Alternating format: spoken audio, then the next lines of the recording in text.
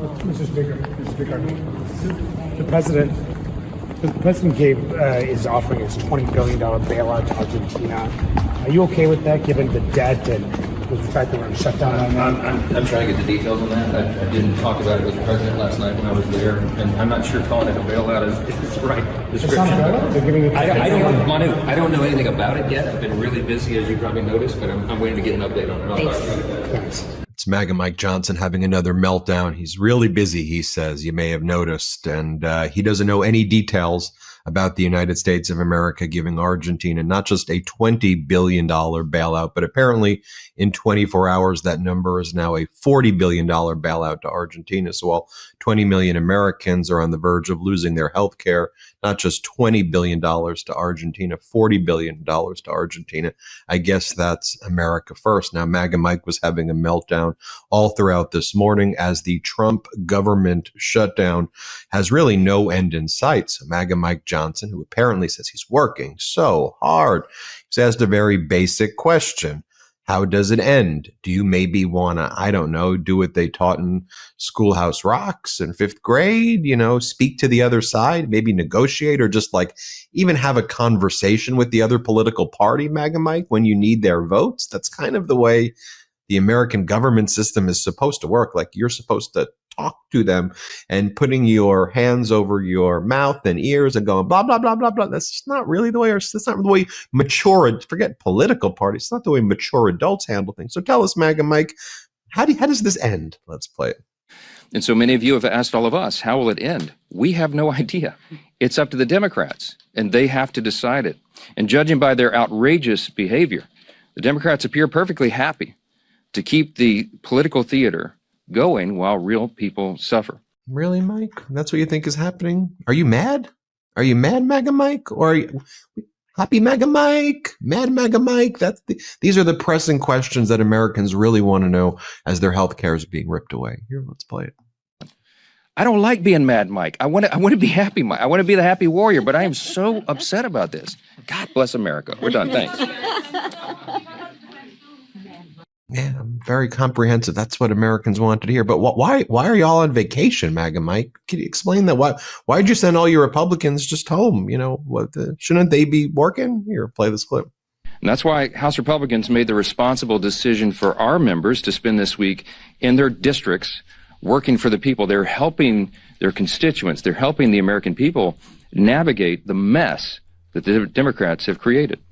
Staying back to work with our constituents was a decision that we made very thoughtfully, and we made collectively as a group, House Republicans. We have so much of that work to do. That's not some talking point. It's not some strategic tactic. We made that decision out of urgent necessity. I'm literally reading my latest talking point. It's a point. And as I'm talking, it's not a talking point. Just trust me. Trust me. Let's bring in Democratic Congressmember Jim Himes, ranking member of the House Permanent Select Intelligence Committee. Congressman Himes, great to see you. Let's start off with what you just observed right there. What's going on, man? What's going on? Ben, if it weren't so serious, it would be really funny, right? You saw two MAGA playbook plays there. Number one, is I haven't really heard about it, which you just see every single day, right? So the story breaks that, young Republicans have an internal chat where they're talking about building gas chambers and how much they love Hitler. And any Republican asked about it will be like, oh, I haven't seen the text. I haven't seen. I don't know what the Argentine bailout is all about. It's just right out of their playbook. And number two is just the Soviet Pravda stuff, we took the decision not to come into session because we need to be helping our constituents. Baloney. We are not the Soviets of 1938, right? We know that the only reason the House is not in session is because the moment the House comes into session, the Speaker needs to swear in Adelita Grijalva, who will be the 218th signature on the petition, which requires the release of the Epstein files. So, it's just, you almost can't make this stuff up. And the good news is, look, the American people are not stupid, right? They understand that as sad as I am to say it, last November, the American people said, Republicans, you get the White House, you get the Senate, and you get the House. And Mike is saying, oh, it's the Democrats' fault. Look, that's not selling, right? And the polling shows that is absolutely not selling. Yeah, the Republicans told them and Trump told them, the American people. I don't know why people fell for it, because you think, do a little homework and do a little research. But it was, we're going to make you so rich. Things are going to be so cheap. All the wars are going to end. All your problems are going to be solved. Do y'all remember how great it once was? And I'm like, what, during COVID when you said inject yourself? Like, what are we talking about here? But the message was that things are going to get so much better, and they are much worse. And these same people who did that Pravda-like stuff we just showed are out there saying it is better. This is the golden age right now. Don't you see the golden ballroom? Don't you see the triumphant arches that he wants to build? Don't you see UFC fights on the White House lawn? And people are like, nah, that's like not what I did. Not what I want. No. Just help me with my healthcare. Yeah, no, that's right. That's right. And that's why, I have a theory on how this thing ends, because, the economy has not been what Donald Trump promised it would be. Inflation is still trundling along. Business confidence is way down because the president wakes up in the morning, brushes his teeth and imposes a whole new set of tariffs just because he's pissed off at Brazil or at Venezuela or whatever. Total chaos there. But as we speak here in the state of Connecticut and around the country, people are opening these letters up. And these letters are saying your healthcare premiums are about to double or triple. And man, when there's enough critical mass there, which is going to be very soon, and the president's numbers, which are already bad, do another nosedive, I tell you how this ends. Donald Trump calls up, Magic Mike there and the Senate leader, John Thune, and says, you fix this, because, this is going to come back on Donald Trump, and that ain't going to be okay with Donald Trump. And that's when he calls up his acolytes in the United States Congress and says, you do this. And they say, yes, sir, we do this. And that's how this thing ends. Let's talk about international affairs. Just, of course, we know that every day it seems Donald Trump wakes up and he posts what I've referred to as ISIS-style death videos. Back when ISIS would post their death videos, Trump posts a death video of himself shooting a Venezuelan boat without really any sense of who the people are, without giving us any data. Just trust me. He says, trust me. The president of Colombia said one of them is a Colombian boat. We don't even know what's going on. And then in a very odd moment also in the Oval Office, a reporter asked Donald Trump a question about the CIA being in Venezuela. And it's the first time I think I've ever hear the ranking member of the House Intelligence Committee, CIA, covert intelligence, and for Donald Trump to say, yeah, we've got the CIA in there. It's just a very strange thing to hear him say that. But let me just show you the quick clip of him saying that, and let me get your reaction to both, like what I think could be war crimes taking place in Venezuela, and then Trump confirming CIA is there. Let's just play the CIA clip first. Why did you authorize the CIA to go into Venezuela? And is there more information you can share about these strikes on the alleged? Well, I can't do that, but I authorized for two reasons, really. Number one, they have emptied their prisons into the United States of America. They came in through the border. They came in because we had an open border policy. So you see there, he admits that it's happening. And then here, he's asked about land strikes on Venezuela. Then he boasts about destroying the boats. Here, let's play this one. This is from yesterday. The next step in this war on cartels, and are you considering options? Are you considering strikes on land? Well, I don't want to tell you exactly, but we are certainly looking at land now because we've got the sea very well under control. We've had a couple of days where there isn't a boat to be found. And that, I view that as a good thing, not a bad thing. But we had tremendous amounts coming in by boats, by very expensive boats. They have a lot of money, very fast, very expensive boats that were pretty big. And the way you look at it is every boat that we knock out, we save 25,000 American lives. So every time you see a boat and you feel badly, you say, wow, that's rough. It is rough. But if you lose 3 people and save 25,000 people, these are people that are killing our population. Congressman, there he goes again. He just makes up a number, 25,000. Just says a random number. And then he goes, these are big boats. I'm looking at these boats. I mean, they're just objectively not big boats. I mean, when you see the photo, they're maybe 18 to 25 feet small boats. What's the latest here? Yeah, well, I mean, look, the president is just deranged, right, on this idea that you save 25,000 people, right? I mean, overdose deaths in the United States vary, but if the president is right, 3 of those boats account for all of the overdose deaths in the United States, which is obviously not true. So anyway, his numbers are just crazy. More importantly, and let's make no mistake about this, the attacks on those boats, the lethal attacks on those boats are illegal. And they are illegal in the sense that they have not been authorized by any action. They are not authorized just because the president says a group is a terrorist group. Just because you're called a terrorist group does not mean the U.S. government can take lethal action against you. By the way, I think it's worth probably maintaining a distinction between ISIS and the cartels. I don't worry that the cartels are going to try to fly a plane into the World Trade Center anytime soon. So I actually think that that's a distinction worth keeping up strategically and in law. But these things are illegal. And by the way, they are a bad idea. I should probably put those in different orders because at the end of the day, we still claim to be a nation of laws. They're a bad idea because, number one, they don't address the problem. Fentanyl, hopefully if you care about the deaths, you care about fentanyl. Everybody knows that fentanyl is made in Mexico with Chinese precursors and by and large comes across the land border through ports of entry into the United States. So boats coming up from the Caribbean are not the big problem. It's also a bad idea for 2 other reasons. Number one, it pisses off our partners in the region, right? The Colombians who work very closely with us on counter narcotics and the Caribbean nations, Central Americans are not happy about this. And they're going to start holding back the extent to which they work with us on counter narcotics. And then finally, as an intelligence guy, I can tell you this.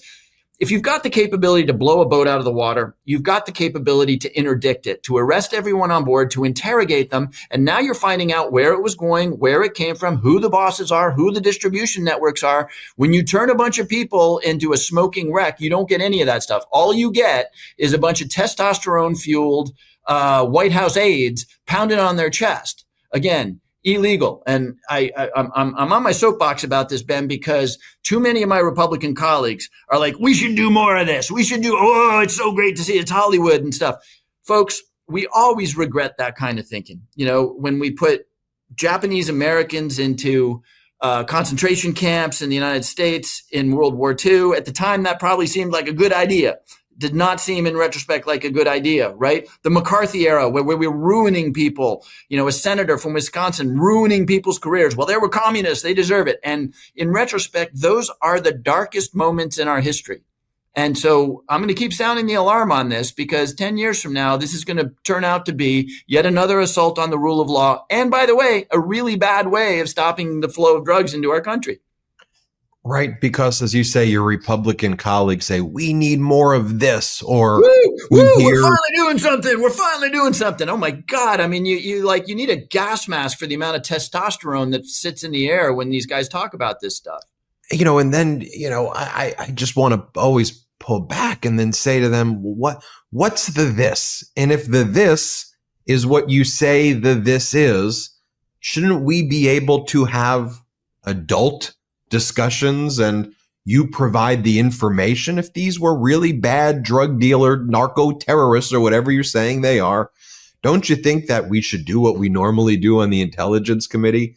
Get the data, discuss it, conduct oversight. Was this the right move? If it is Tren de Aragua or, MS-13, whatever your representation is, they're known for human trafficking. How do we know that on this boat it was actually drugs and not a human smuggling and we just killed actual innocent? How do we know that? And so to me, to your point, this part is never discussed. And it's what Donald Trump says, who's a guy whose entire life has been a fraud and has been a lie after lie after lie. I mean, this is a guy running around saying that he's brought in $18 trillion and your Republican colleagues are like, yeah, but we can't fund the government if you brought in 18 trillion. Everything's so stupid.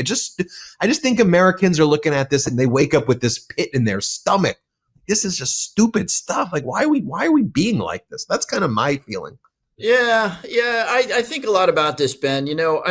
It's hard articulating what I just articulated because, and I'm no expert in the field, But people who are experts in the field of trying to reduce the actual substance abuse out there, the fatalities, they talk about effective but boring stuff. Let's face it, right? And we've known this for a generation, which is that trying to stop supply, we tried it with marijuana in the 50s and the 60s and the 70s. We tried it with cocaine in the 80s. Trying to stop supply by blowing up boats or taking out drug dealers. When you do that, all you do is raise the street price of whatever it is that you're going after. And when you raise the street price, new people enter the business, right?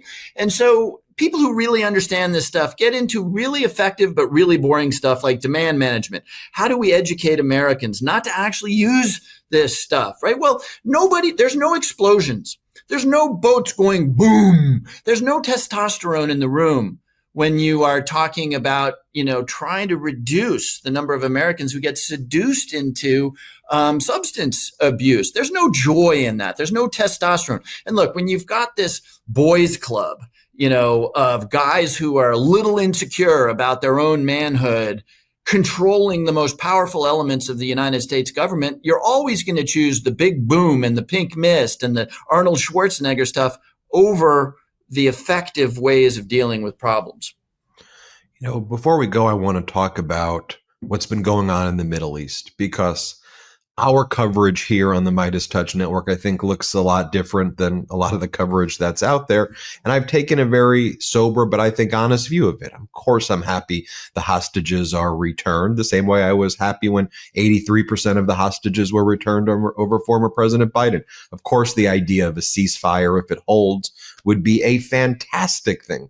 I've just looked at this and I said, does Donald Trump support a two-state solution? He doesn't. He said he doesn't. He says he doesn't know. He said, ask the people who did the deal. I said, aren't you claiming you did the deal? Netanyahu doesn't support a two-state solution. The most important person in Netanyahu's cabinet, this guy Smotrich, or influential, he says, nope, we're building more settlements into Gaza. Hamas says they're not disarming. The IDF says it's going in to blow up the Hamas tunnels. Hamas has taken control again of Gaza. Trump said, yeah, they're the police force. I told them to do it. Trump goes, I spoke to Hamas. I told them that this is good. Go after the gangs. I'm like, you spoke to Hamas? Could you imagine if like Biden or Obama said, I spoke to Hamas and told them like you're good to go? And then the document is not signed. The so-called peace deal isn't signed by Israel and Hamas agreeing to the terms of the deal. By the way, the same way these trade deals that Trump talks about aren't binding signed deals, we're supposed to be binding signed deals. So anyway, I'm like, why are we doing this event where Trump's spiking the football, mission accomplished, when we know this region? And how do we keep falling into the same trap where I just think these facts are staring us in the face, but this Trump narrative that it's done, there's peace, we're good forever. I'm like, that's not what's happening. We know there have been deaths that have been happening in Palestine already. So what do you make of this from your vantage point on the House Intelligence Committee? You're a little bit of a skeptic, I can tell there. And by the way, that's totally justified in the Middle East. Here's what I think. Number one, I've spent the last 15 minutes on your show being extremely critical of the Trump administration, but let's give credit where credit is due. I'm going to totally agree with you that we have a million miles to walk before we're at anything resembling a true successful peace agreement. But you know what? President Trump got the prime minister of Israel, holding the phone to call up the Qataris to apologize for attacking their country, where, by the way, we have a big military base. And he did. Look, right now, a lot fewer people are dying in the region, and there's a lot of hostages who have been released. Thank God. Let's celebrate that. Let's take the win there. And you know what? I'm going to give Donald Trump credit for getting us to this point. But everything else you said is right. We have so far to go to turn this into something lasting because, as you point out, the Israeli government, from the prime minister on down to some of his creepier extremists, have no interest in a long-term peace deal, much less a two-state solution. I suspect that the prime minister has his own political interests that don't involve, complete resolution of this problem. And yes, we have a long way to go on Hamas side too, right? I don't see those guys all of a sudden, becoming committed to a democratic outcome for the people of Gaza. So I think your criticisms are fair. We have a hell of a long way to go before this turns into something other than a hostage for temporary ceasefire deal. But fingers crossed.